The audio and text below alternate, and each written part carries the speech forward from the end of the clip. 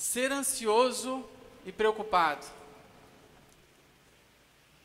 A ansiedade ela tem sido tratada por especialistas como o mal do século, como uma epidemia. E uma definição que eu encontrei foi essa: a ansiedade é uma emoção caracterizada por um estado desagradável de agitação interior, muitas vezes acompanhada de comportamento nervoso. É um sentimento desagradável, de terror por eventos antecipados. Um sentimento de inquietação e preocupação, geralmente generalizado e sem foco, como uma reação exagerada a uma situação que é apenas subjetivamente vista como ameaçadora. E como que a Bíblia trata da ansiedade?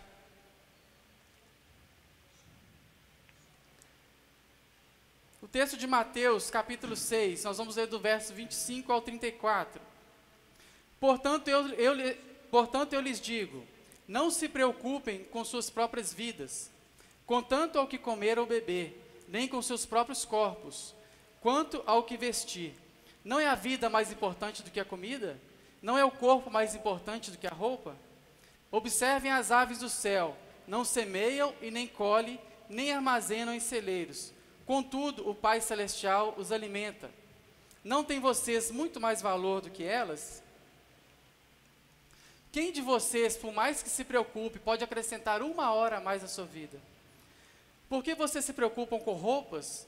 Vejam como crescem os lírios do campo, eles não trabalham e nem tecem. Contudo, eu lhes digo, que nem Salomão, em todo o seu esplendor, vestiu-se como uma delas. Se Deus veste assim a erva do campo, que hoje existe e amanhã é lançada no fogo, não vestirá muito mais a vocês, homens de pequena fé? Portanto, não se preocupem dizendo, o que vamos comer, ou o que vamos beber, ou o que vamos vestir, pois os pagãos é quem corre atrás dessas coisas, mas o Pai Celestial sabe que vocês precisam delas. Aqui, gente, nós vamos falar primeiro da fonte legítima de preocupação. Esse tema hoje, ansiedade, é um tema que, se vocês quisessem, vocês poderiam todos ir embora hoje e ficar só eu aqui. Porque eu sofro com ansiedade. Eu vivo ansiedade. Então, se não tivesse ninguém que hoje eu viria e pregaria para mim. Você também? Eu perco noites de sono. Eu me alimento mal.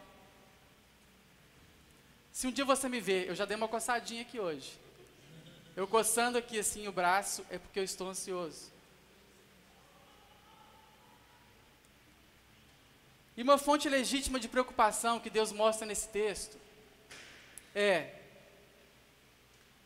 o que eu vou comer hoje?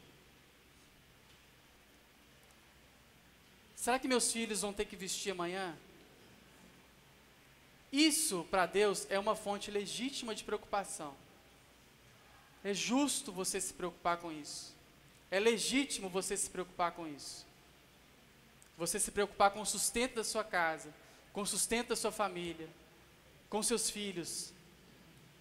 É honesto, é legítimo. Mas olha só o que Jesus fala sobre isso. Não é a vida mais importante do que a comida, e o corpo mais importante do que a roupa? O que Jesus está falando nesse texto? Que é para nós, que nós não precisamos ou não devemos preocupar com coisa errada. A vida é mais importante do que a comida, e o corpo mais importante do que a roupa. A questão que Jesus traz aqui não é a grife que você veste, ou que você quer vestir. O que Jesus traz para nós não é qual restaurante que você vai comer hoje, que você vai almoçar, qual o chefe que vai preparar a sua comida. O que Jesus quer mostrar é que mais importante do que o restaurante que você vai almoçar é o pão que Ele te dá todos os dias, Ele põe na sua mesa. Mais importante do que a marca da roupa que você vai vestir é a sua saúde, a saúde da sua mente. Mas por que a gente anda tão ansioso sabendo disso? Porque o nosso tempo ele tem algumas características. A primeira delas é a multiplicidade de papéis. Antigamente, o homem ele tinha o papel de pai e de agricultor, ou um artesão, que era basicamente isso. A mulher, ela era mãe e ela era dona de casa. E se resumia basicamente nisso. Hoje o homem ele desempenha mais papéis. O homem ele é pai, ele tem a empresa dele, ele vai fazer um curso de capacitação, ele tem aquele grupo do WhatsApp que ele administra, um futebol, ele tem aquele encontro semanal. A mulher que era dona de casa e é mãe, agora ela sai para trabalhar, ela tem a empresa dela, ela tem que administrar um funcionário, ela vai na academia. E hoje nós desempenhamos mais papéis. Segundo ponto, ritmo de produção. Desde a Revolução Industrial, onde tudo era feito de forma artesanal, com calma, planejado, pensado, a Revolução Industrial ela trouxe uma produção em massa. Não existe mais tempo hoje para pensar e trabalhar no produto. Isso é feito antes. Quando chega na produção, é grande escala, é larga escala. Você pensar que uma fábrica de automóveis hoje, uma carroceria de carro, ela fica pronta a cada minuto, uma carroceria fica pronta. E isso afeta todas as áreas da nossa vida. A mulher que antigamente era professora, ela saía de manhã e ia dar aula. Hoje ela tem que dar aula de manhã numa escola, de tarde na outra escola, à noite ela tem uma aula de reforço. E assim com todas as profissões, o médico que saía cedo para ir para um hospital, hoje ele dá plantão no hospital de manhã, de tarde ele dá plantão numa clínica, à noite ele vai para um pronto-socorro. E nós hoje passamos a trabalhar em larga escala. Nós não contentamos mais só com o nosso emprego, porque nós queremos sempre um pouco mais. As distâncias geográficas, esse é um outro ponto. Antes o mundo era muito grande, tudo era muito longe. O meu tataravô saiu de Hamburgo, na Alemanha, ele gastou 6 meses para chegar no Rio de Janeiro, de navio. Hoje você faz com 11 horas de avião. Então tudo era muito longe. Antigamente o homem tinha que sair para trabalhar, ele saía da sua cozinha, ele já estava na sua horta, ou estava ali no curral. E como tudo era muito longe, as demandas que as pessoas tinham eram menores. Se um fazendeiro precisava de uma ferramenta, ele tinha que pegar o cavalo e andar quilômetros para ir no vizinho, pegar uma ferramenta. Hoje tudo se encurtou. Outro ponto, as mudanças aceleradas. Você compra um telefone novo hoje, você vai sentar na sua casa, vai ver como que funciona tudo ali. Daí 6 meses, a hora que você já acostumou com o seu telefone, daí 6 meses tem uma versão nova, tem uma atualização do sistema, você baixa aquela atualização. Daí 3 meses tem uma atualização nova, você baixa de novo. Daqui 1 ano e meio, esse aparelho seu já não consegue mais baixar aquela atualização, porque ele já está desatualizado. E o seu telefone, que é novo, tem que ir para a gaveta e você tem que comprar um novo. Porque aquela versão nova, a versão que você tinha, já não vale mais nada. E sem contar as mudanças sociais e políticas no mundo contemporâneo, que também intensificam os problemas de ansiedade. Então a gente percebe aqui que na maioria das vezes a nossa preocupação é ilegítima. Nós percebemos que as coisas, elas que pertencem ao nosso tempo, elas trazem preocupações ilegítimas. E voltando para o nosso texto, Jesus insiste no dizer o que realmente importa. Observem as aves do céu. não semeiam e nem colhem, nem armazenam em seus celeiros. Contudo, o Pai Celestial as alimenta. Não tem vocês muito mais valor do que elas?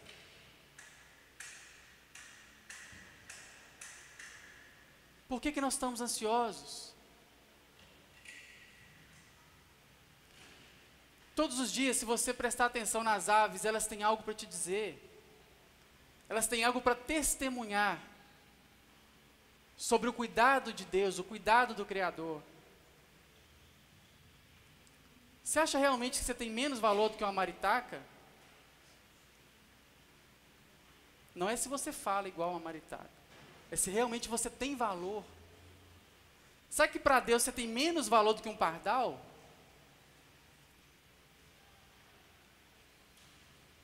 Quem de vocês, por mais que se preocupe, pode acrescentar 1 hora a mais na sua vida? Do que vale tanta preocupação? Do que vale tanto esforço pelo amanhã? De que vale a sua posição social? De que vale a sua conta bancária? De que vale o seu corpo atlético? A sua força, a sua influência?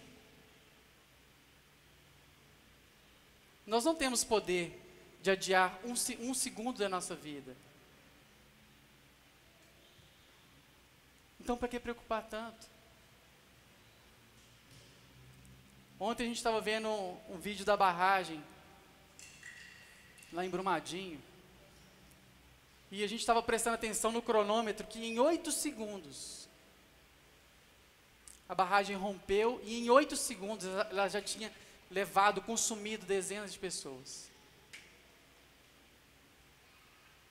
E provavelmente, muito provavelmente, funcionários que estavam ali, às vezes passou uma noite sem dormir, preocupado com uma conta que tinha que pagar.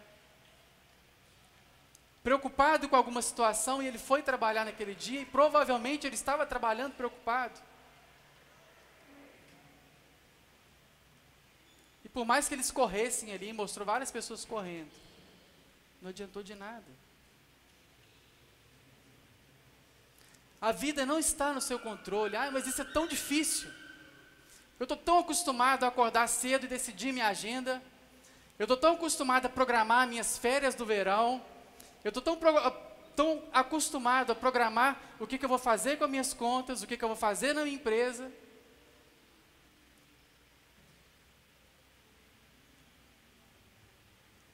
Eu estou tão acostumado a escolher os caminhos que eu vou seguir. Por que a gente é tão preocupado em controlar tudo? Que tal se pelo menos um dia, como os pássaros, a gente confiar em Deus? Os pássaros do hemisfério norte, eles são submissos a determinadas leis e princípios que Deus estipulou para eles.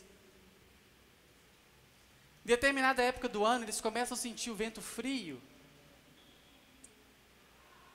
Então eles voam a favor do vento e vão para regiões mais quentes. Eles saem da região de frio e eles voam centenas e milhares de quilômetros. É coisa absurda de pensar. Mas eles pegam as correntes quentes e voam muito, muito alto. Aquilo facilita a jornada deles. Até chegar onde devem, onde tem comida abundante, onde tem calor. E é interessante que eu fui pesquisar sobre esse assunto, e eu vi um cientista falando que isso é um fenômeno voluntário e intencional. Por mais que a gente está acostumado a ouvir que é instinto, o passarinho sabe onde ele tem que ir, o animal sabe para onde ele tem que migrar.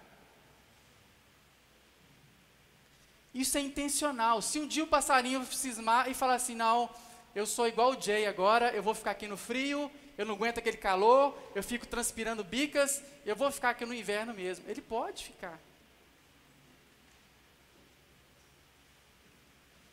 Essa é uma decisão intencional. Mas mesmo sendo uma decisão intencional, eles confiam no caráter do Criador.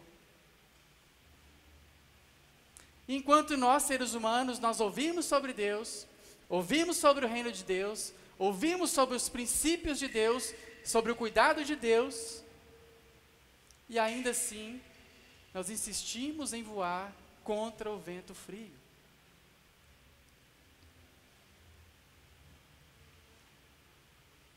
E voltando para o texto, Jesus ele continua a nos mostrar como a gente perde tempo com coisas que não são importantes.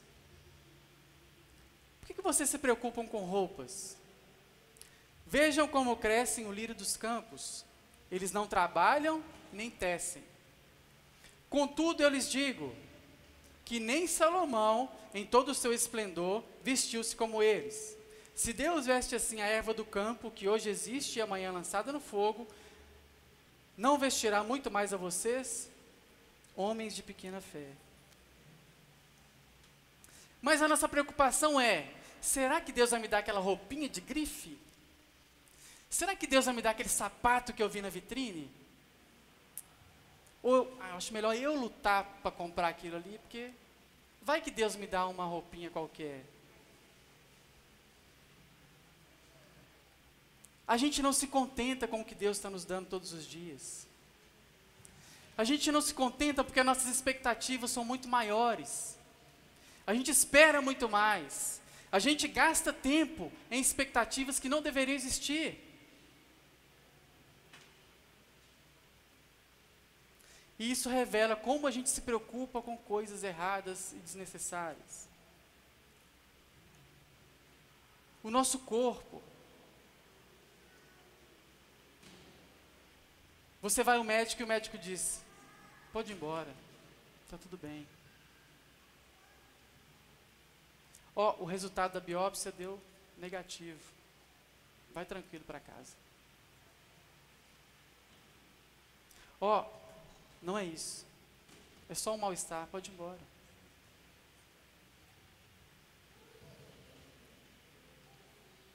Isso não vale muito mais do que a roupa que você usa? Você poder acordar todos os dias de manhã, saltar da sua cama e trabalhar. Quantas pessoas estão hoje num leito de hospital e daria tudo para não estar ali? Mas infelizmente a gente é levado a ter essa consciência no momento de mais dor. Quando Jesus está falando o tempo todo. Muito mais importante do que o lugar que você vai almoçar é o pão que Ele te dá todos os dias. Mas por que eu sou tão ansioso? Administre melhor a sua vida e os seus recursos. Jesus ele não está dizendo que nós não devemos trabalhar com consciência, projetar o nosso futuro, programar o nosso futuro. Jesus não está dizendo isso. O que Jesus está dizendo é que a melhor maneira de nós evitarmos a ansiedade e os traumas e os problemas que ela traz é administrar bem os nossos recursos. Administre melhor o seu tempo. Tem gente que vive ansioso porque em algum momento você assumiu mais coisas do que você deveria. Você assumiu mais funções do que você deveria. Você assumiu mais compromissos do que você deveria e agora você sofre com isso, você fica pensando, meu Deus, como que eu vou dar conta? Meu dia tinha que ter 48 horas. O que eu vou fazer agora? Eu não dou conta disso. É tanta coisa na minha cabeça. Aí você não dorme bem, desconta em todo mundo que está do seu lado.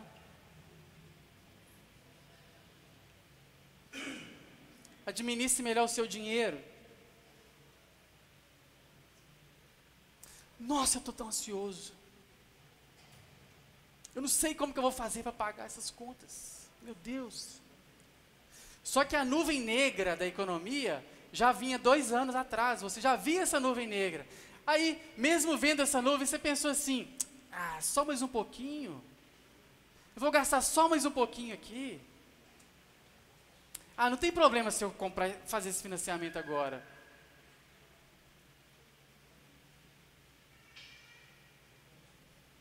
Via de regra, mulheres ansiosas, elas têm dentro da sua casa maridos completamente descontrolados.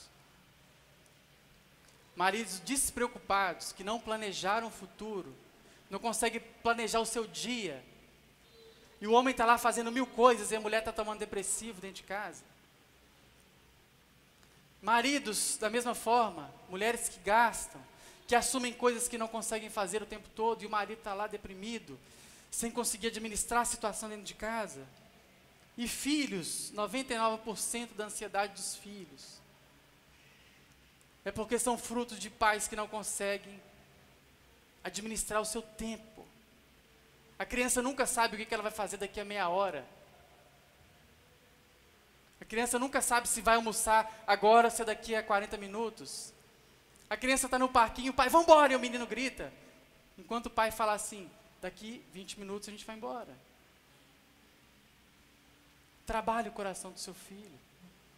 Tira a ansiedade do coração dele. E administrando melhor a sua vida, os seus recursos, você tem margem para ser generoso.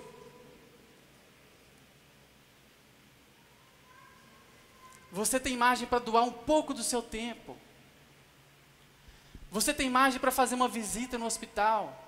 Você tem margem para aquele cara que foi no seu escritório tratar de negócios e você percebe que, na verdade, ele está ali não é para tratar de negócio, ele precisa muito mais de um conselho. Ele precisa muito mais do seu ombro do que daquele negócio que vocês vão tratar.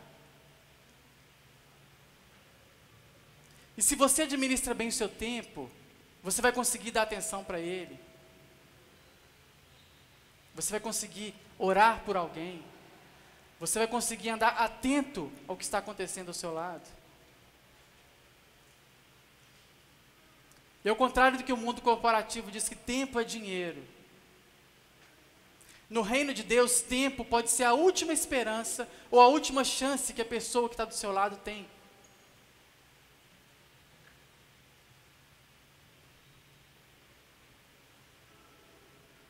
Quando você administra bem os seus recursos, quando você administra bem o seu dinheiro, você tem margem para contribuir na comunidade. Você tem margem para socorrer um irmão, um vizinho, um amigo, um parente que está passando por uma necessidade. Existe margem para isso. Mas se você não administra, você está caminhando a passos largos para se tornar um avarento, como nós vimos na semana passada. Porque já não existe margem. Não, você já está no limite de tudo. As suas finanças estão no limite, o seu tempo está no limite. Então você tem que acumular, você passa a acumular. Porque você não administrou bem. E Jesus continua dizendo, pois os pagãos é quem corre atrás dessas coisas. Mas o Pai Celestial sabe que você precisa delas. O que é religiosidade pagã? Os deuses pagãos, eles têm poderes de Deus, mas características humanas, sentimentos humanos. Então os deuses pagãos, aqueles que servem aos deuses pagãos, eles nunca sabem como que o Deus vai acordar no dia seguinte. E se o Deus acordar meio atravessado, sai um raio da cabeça dele, ele passa no primeiro que atravessar na frente. Então o povo, ele tinha que ficar administrando a situação, apaziguando a ira do Deus pagão, tinha que ter oferendas o tempo inteiro para o Deus pagão.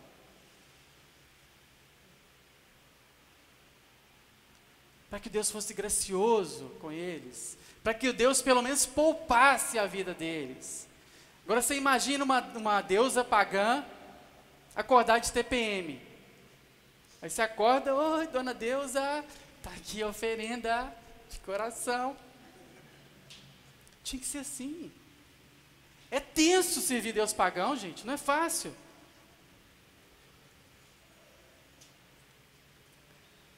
E por isso Jesus fala, aqueles que acreditam em deuses pagãos, eles precisam se preocupar com tudo.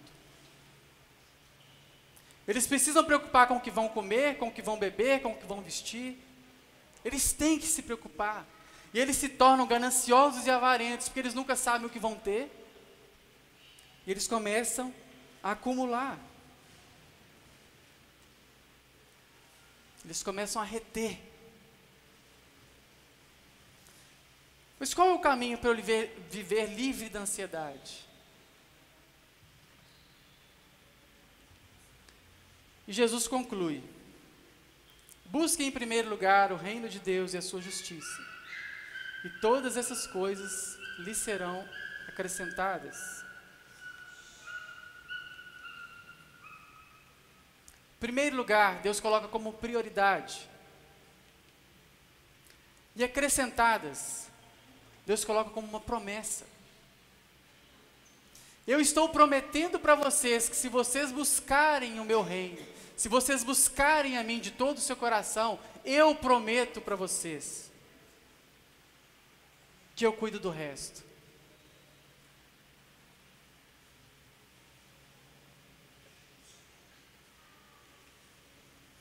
John Stott foi um pastor, um teólogo, e por muitos anos ele foi conselheiro da Rainha Elizabeth. E ele traduziu o reino de Deus. Para ele, o reino de Deus é desejar como coisa de primordial importância a propagação do reino de Jesus Cristo. Tal desejo começará em nós mesmos, até que cada setor da nossa vida, lar, casamento e família, moralidade pessoal, vida profissional, ética comercial, saldo bancário, estilo de vida, cidadania, seja submetido prazerosamente e francamente a Cristo. O que John Stott está dizendo aqui? É que em todas as dimensões da nossa vida, nós devemos viver os valores de Deus. Você tem a sua carreira, você tem a sua profissão, você tem os seus amigos, você tem os seus talentos, e que tudo isso deve ser usado em prol do reino de Deus, do reino que está por vir. Nós nesse mundo, nós somos como o fermento, que vai levedando a massa aos poucos, e vai contaminando as pessoas que estão ao redor de nós. Nós temos que viver, antes de viver a nossa vida, nós temos que viver em prol do reino. É por isso que nós temos um grupo hoje que se reúne em Belo Horizonte. É por isso que a gente está mudando daqui para um lugar maior. É por isso que a gente tem que se preocupar, sim, com a expansão da nossa comunidade em prol do reino de Deus. Porque a cada domingo a gente chega aqui, a gente recebe uma palavra nova, a gente recebe uma boa nova. E Deus tem dado a cada domingo um sentido novo para a nossa vida. E o nosso desejo é que, administrando bem os recursos que Deus tem nos dado, a gente possa alcançar esse mundo que está lá fora.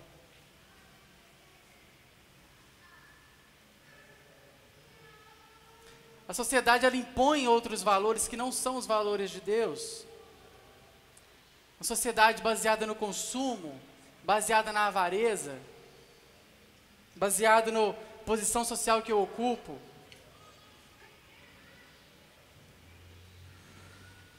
E quando nós usamos nosso recurso a favor dos que estão ao nosso redor, nós estamos antecipando e mostrando para eles reflexos do reino que vem e que já veio através de Cristo.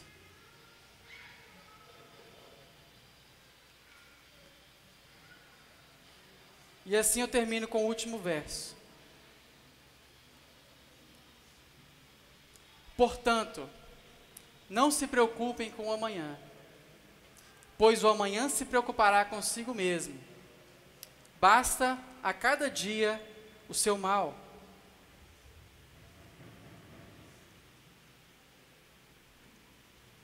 Por que nós estamos tão preocupados? Para que se preocupar com o dia de amanhã? Para que perder uma noite de sono? Para que passar a noite acordada, passar a noite pensando no que você vai falar com o seu chefe amanhã? Ou perder a noite pensando por que eu não falei isso para aquela pessoa?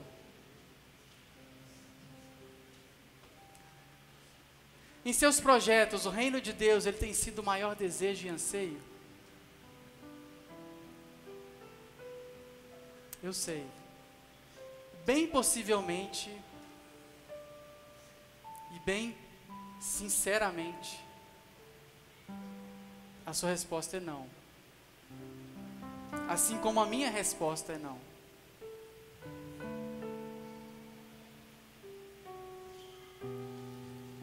Mas há tempo da gente mudar isso. Porque eu e você, nós não estamos aqui nesse mundo para construir a nossa história. A partir do momento que você se tornou um discípulo de Cristo, você passou a não viver mais a sua vida, mas nós passamos a viver pelo reino dele.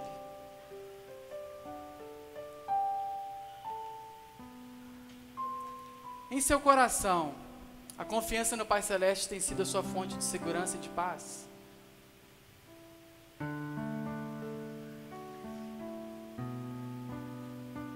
Semana passada a Lu falou para a gente tomar cuidado onde nós temos colocado a nossa segurança.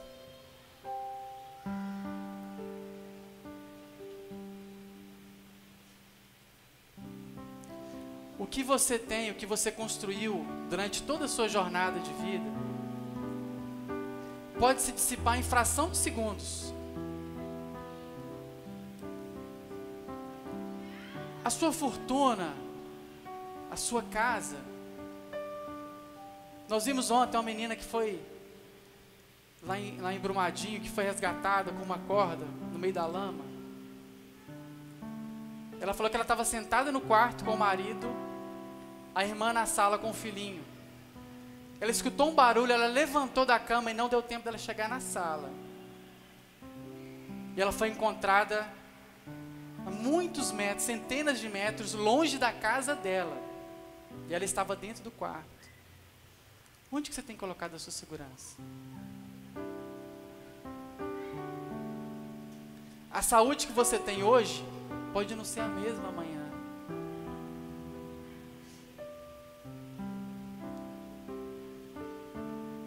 Sua vida pode mudar nos próximos 10 minutos.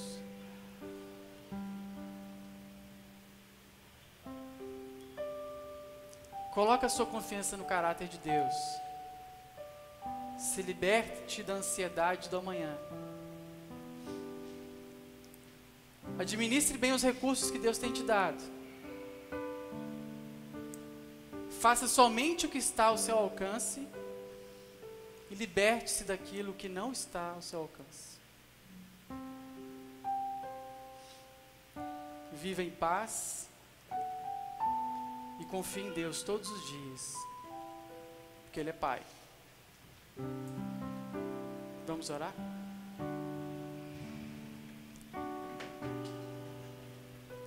Deus, eu quero te agradecer, Pai, por essa palavra, que primeiro foi ministrada no meu coração, Deus, quanto eu precisava de saber e entender isso. E que bom que chegou ao coração de tantas pessoas que estão aqui dentro hoje. Que essa palavra possa ser como uma semente que caiu em terra boa. Que ela possa germinar nos nossos corações. E que todos os dias nós possamos entender que o nosso trabalho é só confiar em Ti. que é o Senhor quem trabalha por nós. Faça-nos entender, ó Deus, que o meu sustento, que o nosso sustento não vem do nosso trabalho. Ele é só o meio que o Senhor tem para nos sustentar. Mas a fonte é a mesma, e é única, e é o Senhor. Dá-nos, Deus, uma semana onde nós possamos, todos os dias, reconhecer que assim como o Senhor cuida dos pássaros, assim como o Senhor veste as ervas dos campos, o Senhor cuida de nós, todos os dias da nossa vida. Que seja assim para a honra e glória do Teu santo nome. Amém.